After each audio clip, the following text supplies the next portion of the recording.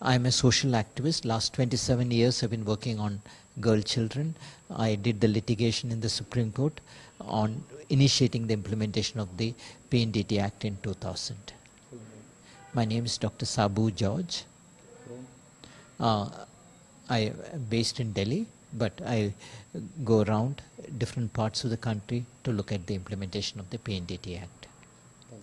The Parliament enacted the PNDT Act because the doctors were not practicing ethically. Today, sex determination has become a 1,000 crore business for the doctors, and therefore the implementation of PNDT is absolutely imperative. The states have not taken the implementation seriously.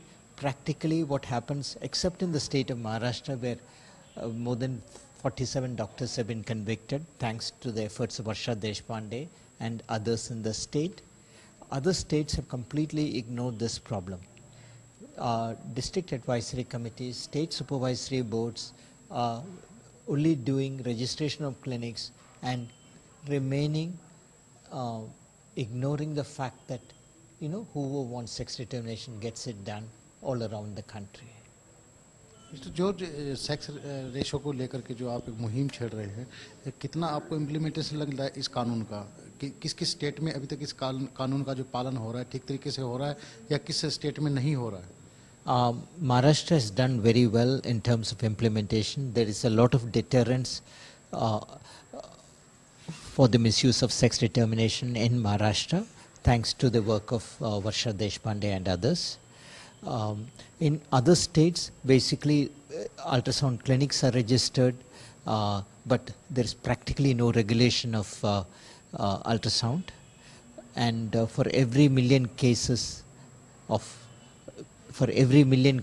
sex determination and sex selective abortion, there are hardly few cases filed in the court. So there's no question of any convictions, and therefore there is practically no deterrence of the law. का जो M है लिंग निषेध जो कानून है उसको लेकर के पूरी मुहिम को जागरूक करने में अब तक कितना आप सफल हो पाए हैं इसमें?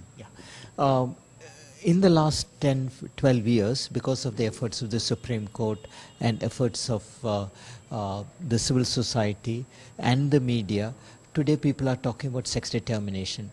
Unfortunately, the unethical medical professionals who make huge amounts of money are not seen as criminals who eliminate millions of girls in our country. Today, when there is so much public outrage over crimes against women, against rapes, the most extreme form of violence against women, sex selection, is ignored. And we hope in this context that the state governments would facilitate the functioning of the National Inspection Monitoring Team, because this is the only way for the Union of India and the other bodies to know what is happening at the district level and state level in terms of implementation of the Act. George sir, अभी इस जो act को आप लेके चल रहे हैं, इसमें क्या कुछ सुधार की गुंजाइश है और क्या कुछ इसमें खामियां अभी आ रही हैं आपके सामने? See, we have a very good Act.